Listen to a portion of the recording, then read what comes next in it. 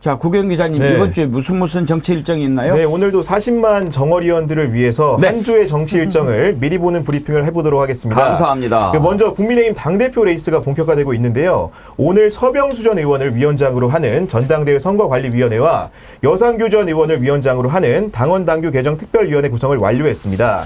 현재 차기 지도부 구성을 두고 단일 지도 체제와 집단 지도 체제 사이에 고심하는 분위기인데요. 황우여 비대위원장은 둘을 조합한 절충형 집단 지도 체제도 띄웠습니다. 이대로면 당대표 선거 1위가 대표가 되고 2, 3위는 최고위원이 되는 구조입니다. 또 현행 당원 투표 100%인 당대표 선출 규정도 20에서 30%가량 민심을 반영하는 방식으로 바뀔 것으로 보입니다. 전당대회 언제 한대요? 일단은 7말 8초가 유력하게 거론되는데 예. 파리 올림픽 기간이 7말 8초기 때문에 그 전에 할지 그 후가 할지를 정해야 되는 상황인 것 같습니다. 네. 그런데 지금 이제 뭐 단일 체제냐 집단 지도 체제냐 하는데 그것에 따라서 유불리가 어떻게 갈린다고 볼 수 있나요? 지금 현재 나오는 여론조사 결과만 두고 보면 단일 지도 체제로 선거를 하게 될 경우에 한동훈 위원장 1급 체제가 될 가능성이 높습니다. 그 경우는 어떤 거냐면 한동훈 위원장과 지금 윤석열 대통령이 사이가 좋지 않은 것으로 알려져 있기 때문에 친윤계 국회의원이라든가 정부에서는 바라는 바가 아닐 것 같습니다. 그렇기 때문에 뭔가 혼용해서 지도부 안에서 1극을 견제해야 된다는 목소리가 나오고 있고 그런 차원에서 집단 지도 체제로 가자는 얘기도 나옵니다. 집단 지도 체제라는 것은 당대표 선거를 응모한 사람들 모두가 1등이 당대표가 되고 후순위들이 이제 최고위원이 되는 구조인데요. 그렇게 되면 유력한 주자들이 한동훈 위원장을 견제할 수 있는 효과가 나타날 것입니다. 그러나 이를 두고도 비판이 일자 황우여 비대위원장이 이 둘을 절충해야 된다. 당대표 1, 2, 3등까지는 당대표 1등, 2, 3등을 최고위원 시켜주되 나머지 최고위원들은 원래 하던 대로 따로 뽑자라는 얘기를 해놨고 그런 제안에 대해서 반응들이 지금 나오고 있는 상황입니다. 근데 이게 약간 좀 어이가 없는 건데요. 왜냐면 이게 집단 지도 체제로 가면요. 당대표 선거를 하면 당대표 최고 많이 득표를 한 사람이 당대표가 되고 나머지는 그냥 최고위원이 쭉 하고 되는 거예요. 예. 근데 이걸 두 개를 또 다 분리를 해가지고 당대표에 떨어진 사람 두세 명도 최고위원하고 최고위원 선거는 또 별도로 해가지고 최고위원하고 얘기는 뭐냐면 한동훈이 될 가능성이 굉장히 높으니까 다 비한계가 될 가능성이 굉장히 높잖아요. 최고위원들도 비한계가 될 가능성이 굉장히 높고 그리고 최고위원 선거하고 분리하고 하게 되면 결국은 한동훈 위원장이 진짜로 당대표가 된다 그러면 결국은 당대표 선거에 나온 사람은 비한이잖아요. 그러니까 한동훈은 당대표를 만드는 게 어쩔 수 없이 불가피한 선택이라 하더라도 나머지는 다 비한계를 집어넣겠다는 뜻이에요. 그러니까 허수아비 당대표 만들겠다는 얘기예요. 이 얘기는. 전략적으로 그러니까 절충형이라고 얘기하는 거예요. 지금 황우여 비대위원장이 한동훈 편이에요? 아니에요? 아닌 것 같은데요. 어떤 거 보면은 한동훈 편 같기도 하고 어떨 때 보면 또 아닌 것 같기도 하고 헷갈리더라고요. 그러니까 어당팔이라고 하는데 예. 제가 볼 땐 어예요. 그러니까 당수가 8단은 아닌 것 같고요. 그냥 어인 것 같아요. 그러니까 이게 이리 갔다 저리 갔다 하잖아요. 결국 정치를 너무 오래 떠나 있어서 그랬는지 모르겠는데 여기도 아니고 저기도 아니고 이러는데 아까 지금 7말 8초 얘기하잖아요. 6말 7초였어요. 6말 7초였는데 지금 7말 8초라고 얘기하는데 제가 볼 때는 7말 8초도 쉽지 않아요. 이렇게 보면은. 파리 올림픽하고 그리고 겹쳐도 아무 상관없을 거예요. 이번에 파리 올림픽 출전이 지금 역대 최저 수준입니다. 네. 수준이잖아요. 옛날에 50년대 빼놓고는. 제가 최근에 재미있는 표현을 들었는데 윤석열 대통령이 제발 낄낄 빠빠 좀 알았으면 좋겠다라는 말이 국민의힘의 원외당협위원장들 사이에서 많이 나온다는 겁니다. 그 이유는 뭐냐면 원외당협위원장들은 사실 이제 내년 지방선거 준비라던가 이런 거에 더 민감할 수밖에 없죠. 정치적 재개를 하기 위해서 당협의 어떤 힘을 키워야 되는 건데 대통령 지지율이 좀 뚝뚝 떨어지고 있는 상황입니다. 그런데 대통령이 국민의힘에 와서 술 권하고 이 와중에 내가 욕 좀 먹겠다고 하면서 술 먹는 분위기를 돋우면서 아 제발 낄낄 빨빠 낄 때 끼고 빠질 때 빠진다. 즉 대통령 솔직히 안 오시는 게 오히려 낫다. 국민의힘이 뭔가 변화하는 모습을 보여야 되고 대통령하고 이 정도 되면 좀 거리 두기를 해야 되는 게 아닌가? 이런 얘기가 이제 물밑에서 나온다는 제가 과정을 좀 취재 과정에서 들었는데요. 아마 황우여 비대위원장이 대통령과 이러한 당 내부의 분위기 사이에서 좀 눈치를 보고 있는 게 아닌가 그런 생각이 듭니다. 아니, 근데 방금 전에 1시간 전에 나온 거 보니까요. 파리올림픽 전에 개막 전에 전당대회를 하겠다고 하네요. 올림픽 전에? 네, 올림픽 또 너무 전에 늦게 해야지. 하면 또 관심이 이런저런 말들이 식어버리네. 많이 나오잖아요. 네. 뭐 네. 황우여 비대위원장은 좀 더 오래 해먹고 싶은 마음은 있겠죠. 그런데 또 사람들이 그냥 두니까. 예, 그 다음 소식은요. 네, 정부가 북한의 오물풍선 투척을 계기로 이르면 이번 주부터 대북 확성기 방송을 재개할 방침을 밝혔습니다. 대북 확성기는 저평지대에 있는 북한군과 주민을 대상으로 한국 문화를 전파하기 때문에 북한이 가장 예민하게 반응하는 심리전 수단인데요. 그런데 간밤에 변수가 생겼습니다. 돌연 북한이 충분한 체험을 시켰다면서 풍선 살포를 잠정 중단하겠다고 밝히면서인데요. 대북 확성기 방송은 당초 오는 3, 4일 서울에서 열리는 한아프리카 정상회의 마무리 후 본격화될 전망이었는데 정부의 대응 수비를 좀 더 지켜봐야 하게 됐습니다. 우리 정부가 감내하기 힘든 조치를 하겠다라고 했는데 이제 그게 대북 확성기 방송이잖아요. 그거 하면 북한은 상당히 돌아버린다고 그러더라고요. 아주 힘든 모양인데. 네. 그런데 저는 김수환 평론가 궁금한 게 왜 그거를 넘어오는 거를 그냥 두나요? 만약에 거기에 탄저균이나 뭐 이런 화학 그런 뭐 세균 이런 게 들어있으면 어떻게 하나요? 근데 예를 들어서 그 군사 분계선 인근에 넘어오는 거를 만약에 쐈어요. 예. 무기로 쏘면 맞대응을 할 거 아니에요. 군사적 충돌 가능성이 생기기도 하고요. 거기에 지금 우리가 우려하는 게 뭐 어떤 폭탄이 같이 실려 있거나 아니면 생화학 무기가 실려 있을 가능성 이런 것들을 얘기하잖아요. 만약에 생화학 무기가 거기 실려 있는데 그걸 공중에서 맞추면은 오히려 생화학 무기를 퍼뜨리는 꼴이 되거든요. 그런 면에서 위험할 수 있다 이렇게 되는 건데요. 그건 뭐 사실은 거의 준전시 상태나 다름없는 행위가 될 수 있기 때문에 아직까지 그 정도는 아닌데 이렇게 물적 피해까지 나오고 있는 상황에서 이걸 그대로 둘 수는 없는 상황이기도 하거든요. 근데 문제는 뭐냐면 빠르면 내일부터 지금 대국방송 시작한다는 얘기가 있거든요. 그러니까 전방에 원래 고정형 방송 방송 시설이 있어요. 그러니까 일종의 심의전 할 수 있는 거예요. 그리고 이동형 차량형에 실려 있는 게 있거든요. 이동형부터 먼저 한다는 얘기예요. 그러니까 이거부터 하고 이거는 이제 시작 단계고 그 다음에 북한을 굉장히 지능적으로 괴롭힐 수 있는 방법을 2탄, 3탄 계속 준비하고 있다. 이렇게 정부가 얘기하고 있는 거예요. 근데 이러면은 그러니까 우리 입장에서는 이렇게 얘기하는데 북한 입장에서 한번 봐봐요. 이걸 내보내고 GPS 교란하고 그러면 남한 정부가 뭐라고 대응할지 북한 다 계산하지 않았겠습니까? 그러면은 어떤 방식으로든 대응할 거고 대북 방송 시작할 가능성이 굉장히 높다. 확성기 방송 시작할 가능성이 높다는 걸 왜 모르겠어요. 걔네들이. 원래 제가 예전에 들은 기억이 있는데 북한 전문가가 우리 통일부는 사실 상대적으로 부처 간에 힘이 좀 약하고 전문성이 좀 떨어지지만 북한은 그렇지 않다는 거예요. 애들이 기본적으로 통전문가요. 거기에는 굉장히 엘리트들이 들어가 있다는 거예요. 그래서 어떤 행위를 할 때 거기에서 어떤 시나리오가 나올지를 다 전부 만든다는 거예요. 그러면은 우리가 대응할 거 모르고 얘네들이 이렇게 했겠습니까? 북한이? 그럼 그 다음에 무력 대응으로 나선다고 하면 만약에 확성기 방송 시작하면 박근혜 정부 때 했던 것처럼 같이 조그만한 뭐라도 트집이라도 잡아가지고 쏘려고 할 거예요. 특히나 지금 GPS 교란하잖아요. 서해상에서 다시 무력 충돌할 가능성, 국지정 발생할 가능성이 굉장히 높아지는 거거든요. 근데 우리 정부는 그 다음 플랜에 대해서 얘기가 없어요. 그냥 여기 대응하겠다. 강경 대응 기조로 지금 뭔가 나온단 말이에요. 이것도 또한 윤 대통령의 지지율하고 관련이 있을 수밖에 없는 거예요. 이거 그대로 두면 보수층 지지율이 떨어지는 거 아니야? 우리가 여기에서 특히 보수층이 가장 예민해하고 있는 부분이기 때문에 우리가 어떤 방식으로든 강경하게 대응해야 해. 그럼 대응하고 난 다음에 어떡할 거예요? 그 다음에 싸우자 그러면 또 싸울 거예요? 같이 막 쏠 거예요? 남북관계 더 엉망진창되잖아요. 더 군사적으로 더 아마 대립이 심화할 가능성이 높거든요. 그럼 차라리 오늘 뭐 진보적인 성향을 가지고 있는 신문에서도 제안을 했던 것처럼 대화를 제안하는 게 낫다. 이렇게 얘기했는데 뭐 그런 생각은 전혀 없는 것 같아요.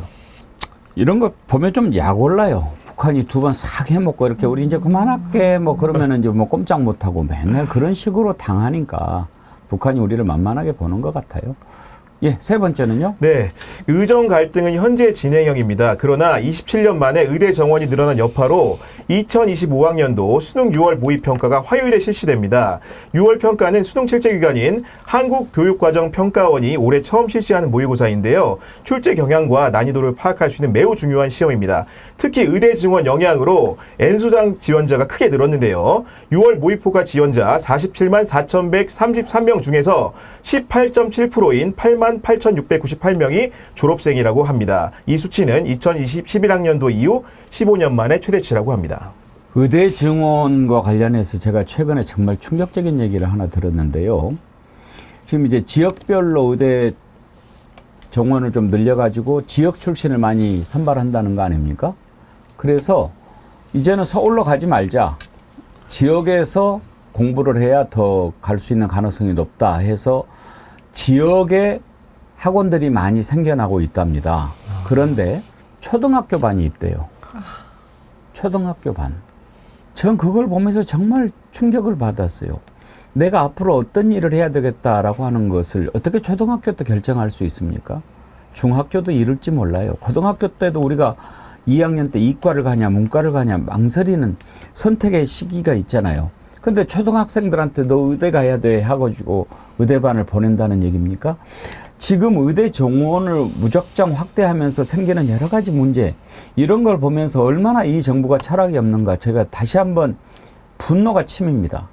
교육이라고 하는 것은 우리가 흔히 백년대계라고 하지 않습니까? 앞으로 이 나라를 이끌어갈 아이들이 어떤 교육을 받도록 해야 되는가, 어떤 의식을 갖도록 해야 되는가, 이런 걸 생각하면서 그 철학을 가지고 교육정책을 펴야지, 뭔 뜬금없이 킬러 문항 이런 거 하나 가지고 교육을 뒤집어 놓고 말이죠. 이렇게 철학도 없고 생각도 없고 그런 사람이 의대 정원 갑자기 2,000명 늘려놓으니까 이런 문제가 생기는 거 아닙니까? 오늘 제 얘기가 많은데요. 제 애가 지금 고3이에요. 내일이 육모가 있는 날이에요. 6월 6월 모의고사? 네. 전국 모의고사에 있는데요. 그 재수생이 처음으로 들어와서 같이 시험 보는 게 6월 모의고사예요. 6월 모의고사가 제일 중요하다고 얘기하거든요. 큰일 났습니다. N수생 다 들어와 있을 거거든요. 지금은 재학생들이 좀 뒤로 밀린단 말이에요. 그래가지고 모든 고3 학부모들이 지금 육모가 어떻게 되는가 이거 얘기하는데 입시 시장이 막 아수라장이 돼 있습니다. 킬러 문항 없앤다 그래가지고 중킬러 문항 만든다 그래서 이것도 지금 뭐 어떻게 나올지를 가늠을 할 수가 없는 상황이고요. 갑자기 의대 정원 늘려가지고 N수생까지 거기 다 달라붙어가지고 지금 시험 보겠다고 덤비니까 각 대학이 난리가 났어요. 지금 어떻게 해야 될지. 또 하나 또 혼란이 뭐냐면은 무전공 학부가 생겨요. 전체 정원의 30%를 무전공 학부로 만든다는 거예요. 그러니까 각 대학이 30%를 무전공으로 뽑아요, 아이들. 이조 장관이 지금 계속 추진하고 있는 거거든요. 이렇게 해버리면은 각 과로 학부로 뽑혀가지고 들어가는 게 아니라 아예 전공이 없는 학생들이 들어가는 거예요. 그런 다음에 1년 뒤에 자기 전공을 선택해가지고 가는 거거든요. 근데 무전공 학부 학생이 이렇게 늘어나면 무전공 학부 같은 경우에 보통의 경우에는 이전에도 그렇지만 모든 과를 자기가 선택해서 막 갈 수 있어요. 갈 수 있으니까 거기에 따라서 그게 다른 과보다 성적이 더 높거든요. 이것 때문에 다시 다 혼란에 빠졌어요. 지금 올해는 입시를 어떻게 해야 될지 아무도 가늠할 수 없는 이런 상황이 일단 만들어졌다. 이거 하나 하고요. 지금 의대 정원에서 지역 학생들을 뽑을 수 있도록 하는 그 제도가 도입되고 이제 말씀하셨잖아요. 이 문제는 뭐냐면 그럼 민주당이 얘기하는 것처럼 그렇게 뽑히는 학생들을 공공의사나 아니면 지역의사로 만들든가. 그걸 안 하고 있잖아요. 그러니까 서울 애들이 내려가는 거예요. 지역에서 지역에 있는 학생들이 지역의 의대를 가서 지역의 의사가 돼서 지역에 있는 의료 서비스를 높여준다고 하면 그러면은 그 지역의 학생들이 있는 거니까 지역의 인재들이 뽑혀가지고 지역의 의사로 남아있으면 좋잖아요. 근데 그 지역의사제 도입하라고 하는데 안 해. 공공의사제 도입해가지고 공공의사로 많이 가서 공공병원에 많이 갈 수 있도록 하자 그래도 안 해. 그러면 그 다음에 그냥 장학금 받으면 그냥 남아있게 하겠다는 건데 지금 다 장학금 다 토해내고 의사도 하는 판국에 누가 그 장학금 받으려고 하겠어요. 서울에 있는 애들이 그냥 내려가가지고 하는 거예요. 이렇게 하니까 또 엉망진창이 되는 거예요. 이런 식인 거예요. 의대 정원 문제도 그렇고 이제 국가적 과제를 저출생이라고 하는데 최근에 한국조세재정연구원에서 펴낸 이 보고서 보니까 전 이게 국책 연구 기관들도 정신이 나갔나 이런 생각이 듭니다. 저출생 정책과 관련해서 뭐라고 했냐면은 여성의 발달 정도보다 남성의 발달 정도가 느리다는 점을 고려해서 여성들이 1년 조기 입학시키자. 만 5세 입학도 논란인데 여성 조기 입학은 뭔 말이냐며 이게 굉장히 지금 또 난리가 났고요. 노인들을 해외로 이민시키자. 이게 국민 세금 들여서 내는 조세재정연구원에서 낸 보고서인지 굉장히 의심스러운데요. 최근에 일부 자치단체에서 이건 이제 방송에 부적절한 영역 의료용어니까 제가 말씀을 드립니다. 저출생 대책의 하나로 정관 수술했던 것을 소위 이제 푼다라고 하죠. 그 보건 수술하는 데도 뭐 세금 지원하는 게 저출생 대책이라고 하는데 이 세금을 가져다가 어떤 정책을 집행하거나 국가의 근간이 되는 뭐 교육이라던가 이런 부분을 짚을 때는 굉장히 정밀하게 검토된 보고서가 나와야 됩니다. 근데 윤석열 정부에서 예전에 5세 입학 가지고 그 난리를 치고도 정신을 못 차리고 지금 이런 보고서들이 쏟아져 나오고 있고요. 또 평론가님께서 잘 말씀해 주셨듯이 의료 정책이라던가 지역의 어떤 필수 의료라던가 의료 확보 문제는 굉장히 정밀하게 가장돼야 되는 문제입니다. 왜냐하면 지금 의사수가 부족한 것도 문제이지만 지역의 의사수가 부족한 것은요. 이른바 정주 환경, 의사들이 계속 머물 수 있는 환경이 마련되지 않았다는 거, 또 교육 불평등에 대한 우려 여러 가지 복합적이거든요. 그래서 굉장히 단순하고 근시안적인 정책을 계속 내놓고 있는데 이 부분에 대해서도 저는 좀 따끔하게 오래 짚을 필요가 있다고 생각이 듭니다. 정말 어렸을 때는 마음껏 놀고 다양하게 경험을 쌓고 그런 교육 정책 이런 거를 생각해야죠. 정부가 미래를 바라보고. 네. 자, 국영 기자님 끝으로 뭐. 네, 마지막 국회 소식도 좀 전하겠습니다. 여야가 수요일 22대 국회 첫 본회의를 열고 전반기 국회의장단을 선출합니다. 앞서 민주당은 국회의장 후보로 5선의 구원식 의원, 부의장 후보로 4선의 이하경 의원을 선출했는데요. 국민의힘도 국회 부의장 모시고 정해집니다. 4선의 이종배, 박덕흠 의원이 부의장 후보로 출마 의사를 밝힌 상태입니다. 더 큰 문제는 다음에 있는데요. 국회법에 따라 의장단 선출 후 3일 안에는 상임위원장을 뽑아 다시 말해서 금요일까지 원구성 협상을 마무리해야 합니다. 민주당은 본회의 수문장인 법사위, 대통령실을 관할하는 운영위, 방송 3법을 다루는 과방위 위원장을 가져가야 한다는 입장인데요. 국민의힘은 법사위원장은 원내 2당, 운영위원장은 집권당이 맞는 관례를 따라야 한다면서 자기 몫을 주장하고 나섰습니다. 어제도 여야 원내대표가 협상을 이어갔지만 평행선을 달렸고요. 협상이 공전한다면 민주당이 국회법에 따라 18개 상임위를 모두 가져갈 공산이 커졌습니다. 다 가져갈 수 있을까요, 전현 대변인? 글쎄요. 근데 다만 우리가 어떤 총선에서 국민들이 나타난 민심을 또 따르는 게 22대 국회의 역할이기 때문에 야당에서 이렇게 강력히 주장하는 근거가 된다고 봅니다. 현재로서는 가져갈 가능성이 매우 높다라는 것이 아마 여의도의 전반적인 분위기인 것 같은데요. 제가 어제 국회에 갔다 왔거든요. 예. 그래서 많은 의원들도 좀 만나보고 또 더민주 혁신의 전국 대회가 있었습니다. 거기에 열렸을 때 민심을 좀 살펴보면 어쨌든 대통령이 거부권을 남발하고 있는 상태에서 입법부가 제대로 기능을 하려면 특히나 대통령이 직접 관여했다고 의심을 받고 있는 최상명 사망 사건과 수사외학 의혹에 관한 특검법을 반드시 완처시키려면 법사위를 반드시 가져와야 된다. 그리고 각종 여론조사에서도 그런 민심이 드러났다라는 것이 판단인 것으로 보이고요.